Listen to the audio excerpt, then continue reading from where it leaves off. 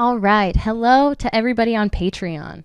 We have got some comments to get into today, and it's all going to be talking about a video that I posted on TikTok a couple weeks ago where I talked about being on my parents' phone plan until I was 21 when I moved out. And the whole idea is having people do nice things for you that later on those same nice things are used against you or kind of dangled in front of your face, held over your head. So let's see what people have to say. The first comment is from Brittany. This was my experience throughout my childhood and my young adulthood. It was hard to fully break away, but I'm so glad I was able to. Going no contact was the best decision I made for myself and my family. I'm so thankful my in-laws show me everything I missed and love me as their own. That's awesome, Brittany. I'm so happy to hear that you've got supportive in-laws. It was a very similar situation to me where when I was exposed to the relationship between my husband and my in-laws, his family, it was really eye-opening for me to kind of see how young adults and parents interact, that it doesn't always have to be so stressful or tense or controlling. And it kind of just showed me that there are other ways of life out there. And the way that I was raised wasn't the way that everyone else was raised. And that's perfectly okay. Going no contact can be a really helpful thing in a situation like this. I've been on and off no contact with my parents for the last 4.5 years. And in those periods of no contact, it's much less stressful. I find it a lot easier to kind of focus on myself and to make decisions without feeling guilty or without feeling like I'm wondering what my parents think or what they're going to say or if they're going to take this the wrong way. So it can be a lot simpler to just kind of focus on yourself and think about what you want your life to look like moving forward. And also to kind of unlearn a lot of the negative things that you might have picked up from your parents. It can be exponentially harder to do that when you're in direct contact with them. So way to go for your in-laws, and I'm really happy to hear that you've kind of moved on from that and you're out of that situation. All right, the next comment is from M. She said, my mother threatened me with homelessness when she paid my rent in college for the apartment she insisted I live in. That's rough. This kind of ties back into what I started off this episode talking about. I got a lot of comments on that TikTok from people saying, oh, once you're 18, you're considered an adult, stop complaining, grow up, pay your own way, yada, yada, yada. And I understand that method of thinking to an extent, but when you're dealing with a narcissist, you're not always given the option to be independent. Sometimes they insist that you do things and they give you the assurance that everything is going to be fine, and then they just pull the rug right out from under you. And I genuinely believe that in certain instances they do this so that they can control you. They kind of lure you into this situation where you may not be able to support yourself or kind of do the thing that they insist that you do. And then anytime you do something that's not favorable to them, or if they want you to do or act in a certain way, a different way, they can threaten to take this thing away from you. And it's so terrible that people do this, that they hold things over other people's heads as a way of getting them to do what they want. It's so convoluted and sick, and I'm so sorry that you ever had to deal with that. All right, the next comment is from Lily. She said, Lily. Felt. My family bought me a car I used for 3 years, then kept it when they kicked me out. Like, huh? Yeah, I understand this. It's like nothing that they buy for you or do for you, even if they give it to you and they tell you that it's yours, is actually yours if they don't want it to be. Anything that they've ever provided for you can be used against you or held over your head if they want to do that. You shouldn't ever kind of be forced into that way of thinking, especially as a kid, where you're kind of questioning why people are doing nice things for you, or you're kind of hesitant to accept help because you think something negative might come from it down the road. It's an awful feeling, and approaching situations in that way is not healthy, but you can't help but just kind of naturally feel like that after you've been in that environment for so long. I remember when And this also kind of ties back into something I was saying earlier in the episode, how talking about these kinds of things, especially to other people who maybe have never experienced what a relationship with a narcissist is like, it's so easy to feel ungrateful for the words that are coming out of your mouth, but you yourself understand how difficult these things can be. The reason I say that is because this brings to mind the story of my first car. After I got my license, before I started college, I started looking online for a really cheap used car. I didn't have a lot of money to spend on a car at the time, but I had enough, and I was hoping that maybe my parents would match me in that. And I didn't care how good the car looked. I didn't care how many miles it had on it. It just had to get me from point A to point B. When I started looking, I really wanted a 90s Jeep Grand Cherokee. It's a small little boxy 4x4 truck, I guess. And that was really what I wanted because I felt like it was a responsible car. I looked up a lot about it and I felt like it would be beneficial to have four-wheel drive if I was ever anywhere in bad weather or I got stuck. And I thought it was a responsible decision. And so I was looking at those cars online a lot, and I was only looking to spend probably $2,000 or $3,000 on a car. One day, I go to the beach with my friends, and we're gone all day, morning until night. And when I pull up in front of my house, my parents are sitting outside, my siblings are sitting outside on the porch. And there was a car parked directly in front of my parents' house with a for sale sign on it.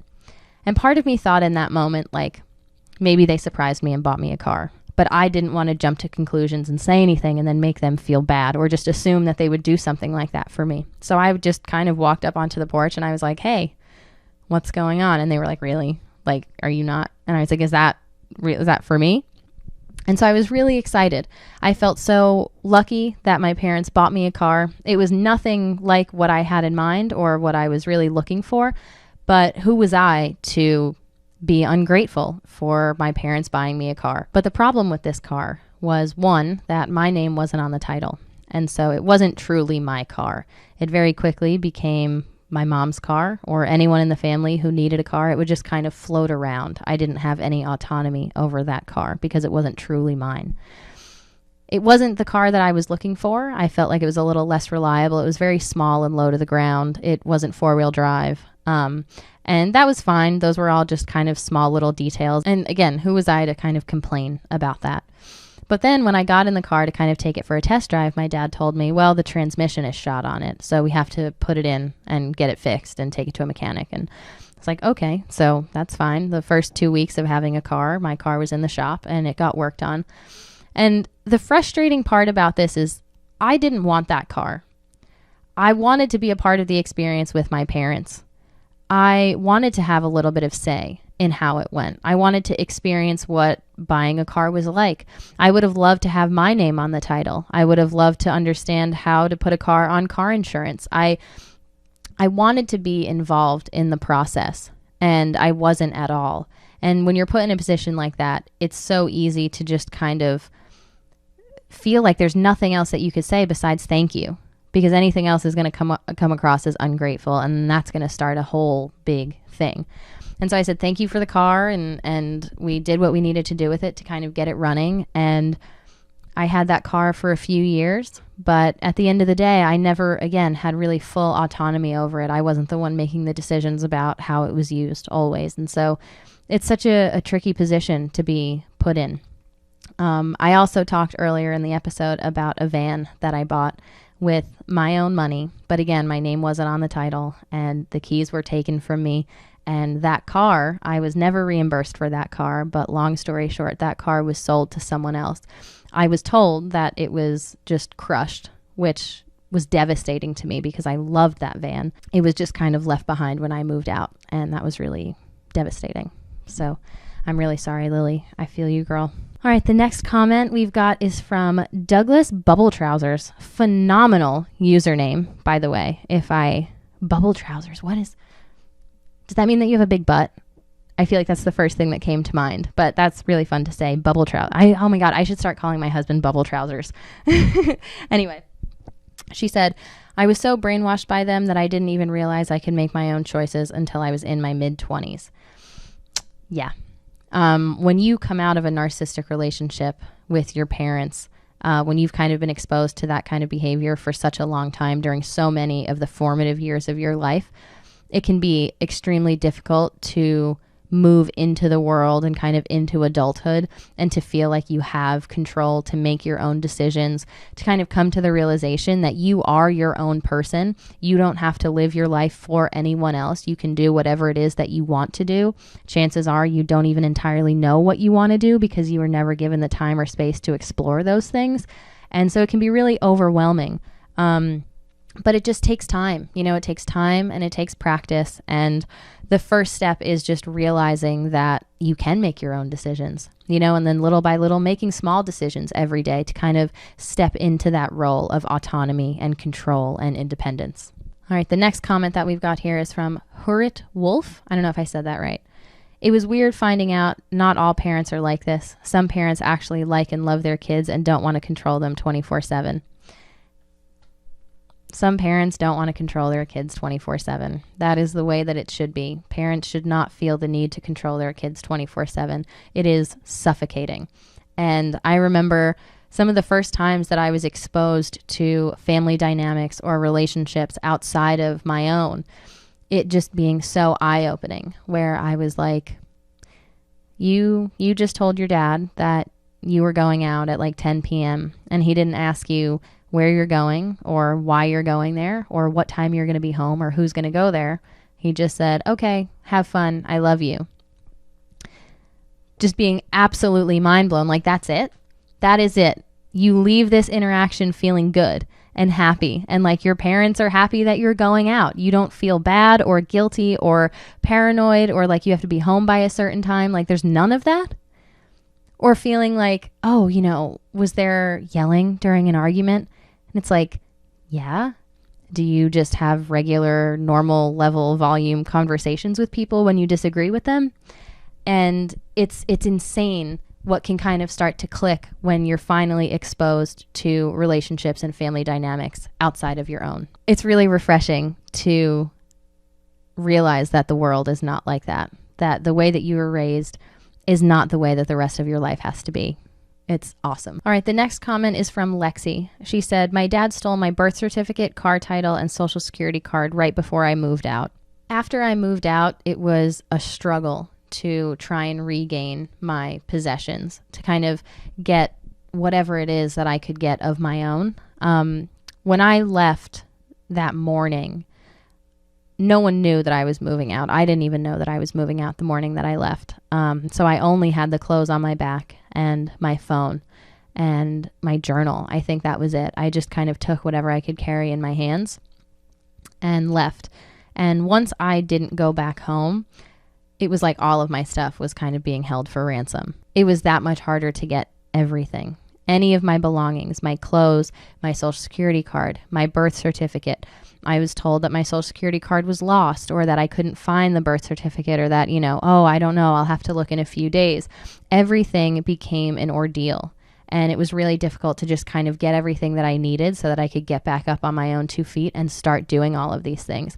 I needed at least my documents, that said who I was. And for those to kind of be held by my parents, I thought was so wrong. I remember my email. I tried to log into my email a few days after I logged out and I couldn't log in. The password had been changed and the recovery phone number was also changed. And so that forced me to kind of reach back out to my parents again. And sure enough, I was told they were holding it for ransom, quote unquote, haha. And it's so upsetting, and it can be so difficult and make a transition that's already hard. Maybe like moving out of your parents' house for the first time, that much harder.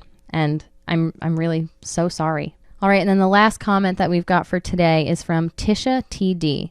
She said, my dad bought my first car as a gift when I was 18, but when I moved out of the house, I was not allowed to take the car with me.